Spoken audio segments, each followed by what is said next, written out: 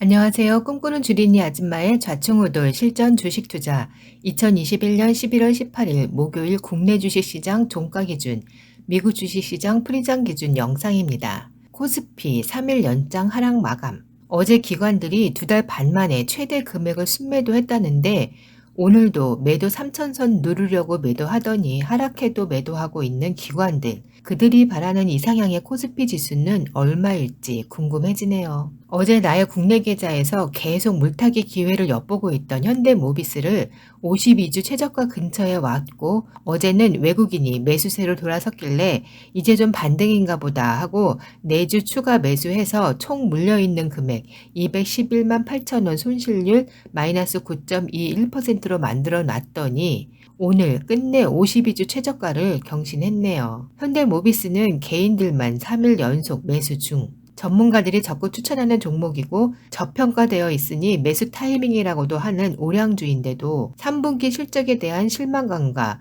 회사는 아무리 모빌리티 소프트웨어 기업이다라고 우겨도 시장에서는 기존 자동차 부품주 이상으로는 보고 있지 않는 것 같습니다. 자동차 부품주로 인식되어 차량 반도체 수급 불균형 악재에 또 현대모비스는 오래 가지고 있을 종목이 아니고 수익 전환되면 전량 매도할 생각이라 공부 안 했었는데 물리고 또 물타기 후 빠져서 살짝 조사해봤더니 참 현대차 그룹 내 지배 구조적 문제가 현대모비스의 주가를 누르는 악재로 작용하나 보네요. 조만간 또 현대 엔지니어링을 분할 상장한다고 하는데 더 이상 현대그룹 쪽은 공부하고 싶지 않아 현대 엔지니어링이 분할 상장할 경우 현대모비스의 악재로 작용할지 호재로 작용할지 모르겠지만 이놈의 우리나라 대기업들의 문어발식 물적 분할 상장 듣기만 해도 지겹네요. 소액 주주들은 철저히 무시되는 이런 물적 분할 상장, 이슈에 있던 기업들은 앞으로도 나의 투자 발굴 종목에서는 제외시킬 생각입니다. 그래서 현재 물려있거나 또는 독보적 1위 기술력을 갖고 있어 투자 매력 있는 종목, 정말 투자하면 웬만하면 무조건 수익날 엄청 아까운 기업 아니라면 물적 분할된 기업, 물적 분할할 예정 기업 또는 물적 분할을 계획한 지주사 등은 나의 투자 포트폴리오엔 담지 않을 생각입니다. 과거 모르고 투자했다고 하더라도 알고 나서는 배제할 거랍니다. 주주 가치 훼손, 소액 주주들을 물러보는 기업은 투자 가치가 없다고 볼 거거든요. 암튼 그래서 현재 현대모비스 오늘부로 1.87% 하락 마감해서 나의 손실률이 어제 마이너스 9.21%에서 마이너스 10.90%로 더 떨어졌네요. 이런 된장. 물타기 타이밍 참 못 잡는 주린이입니다. 뭐 공부 안 된 내 탓이겠죠. 미국 주식 계좌 중 NRGD. 와, 화요일 영상에서는 NRGU가 더 오를 것 같고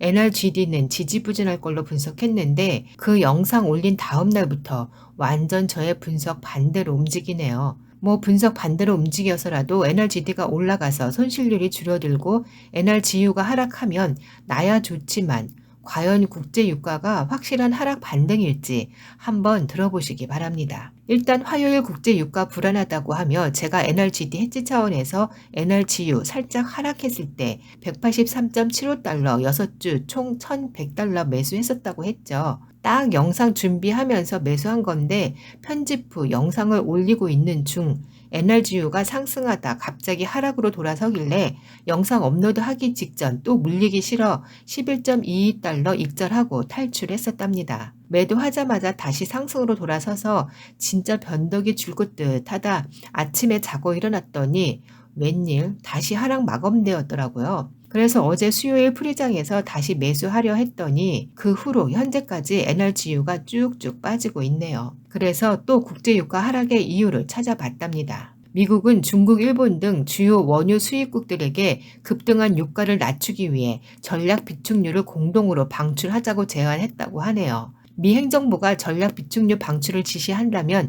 강력한 정치적 신호가 될 것이고 치솟는 유가로 인해 10월 미국 소비자 물가지수가 사상 최고치를 기록하자 미국은 조치를 취하기 위해 움직이고 있다고 하는데 미국 정유 업체들은 이미 공정 최대치를 넘어섰기 때문에 추가 방출은 힘들 거라고 하고 다른 영상에서도 분석했듯이 석유 생산량을 늘리기 위한 추가 개발 투자는 현실적으로 어렵기 때문에 아무리 미 행정부가 전략 비축률 방출을 지시한다고 해도 그에 응하는 정유 업체들이 있을까 의심되는 부분입니다. 그나마 수요일 발표되었던 미국 석유협회의 원유 재고가 증가로 보고되어 이 부분 때문에 결정적 국제 유가가 하락 전환되지 않았나 싶네요. 화요일 국제 유가 흐름 심상치 않다고 했던 거에 대한 이야기를 하겠습니다. 며칠 전 원유 역사학자이자 포브스의 선임 기고자이며 칼럼니스트인 앨런 워드라는 분이 기고한 칼럼을 읽게 되었습니다. 물론 영문이 아닌 번역본으로요. 원문을 그대로 옮길 수는 없고 짧게 요약을 해보자면 이분의 기고 내용은 한마디로 바이든 행정부는 에너지 가격을 낮추기 위한 어떤 노력도 하고 있지 않다는 지적입니다. 바이든 행정부는 유가 상승을 저지하기보다는 오히려 고유가의 원인을 제공해 왔다고 주장하고 있고 근거로는 원유 및 천연가스 생산량을 제한하는 원유 시추 토지 임대 금지 정책을 펼치고 미국과 캐나다 사이에 원유를 운송하는 파이프라인을 일부 폐쇄했고 추가 폐쇄 가능성이 있다고 합니다.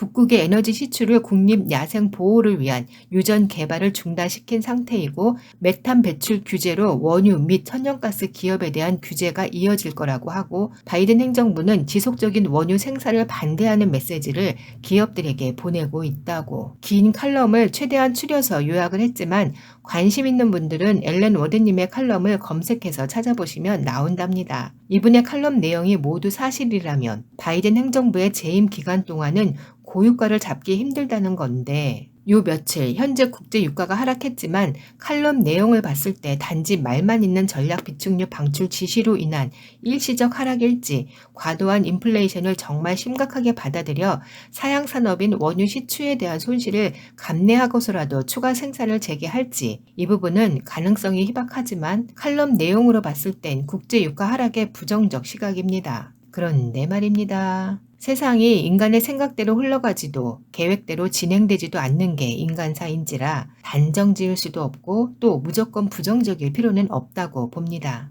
요 며칠 잠깐 이런저런 이슈로 유가가 하락하고 있지만 또 다른 유가 상승을 뒷받침할 영향력 있는 인사가 뉴스 기사 하나만 퍼뜨리면 다시 유가는 상승될 수도 있고 또 갑자기 오펙 산유국 중 한 곳이 반기 들고 누가 뭐라든 원유 증산한다고 양심 선언할 수도 있고 뭐 내 맘대로 소설일 수 있지만 최근 하염없이 마냥 오를 것처럼 유가 상승하다 갑자기 튀어나온 변수로 어제 오늘 하락한 것처럼 단 1분 1초의 앞을 예측할 수 없는 유가 시장이요 주식 시장인지라 단지 지켜만 볼 뿐이고 NRGD를 보유한 주주로서 유가 3일 연속 하락에 감사할 뿐입니다. 유가만큼은 공부하고 안다고 확실한 대응책은 없네요. 그냥 지금처럼 NRGD 물려있는 주주로서 또 다른 이슈가 나오면 정보 공유 차원에서 영상 만들어 보겠습니다. NRGD 물려있는 주린이들 파이팅!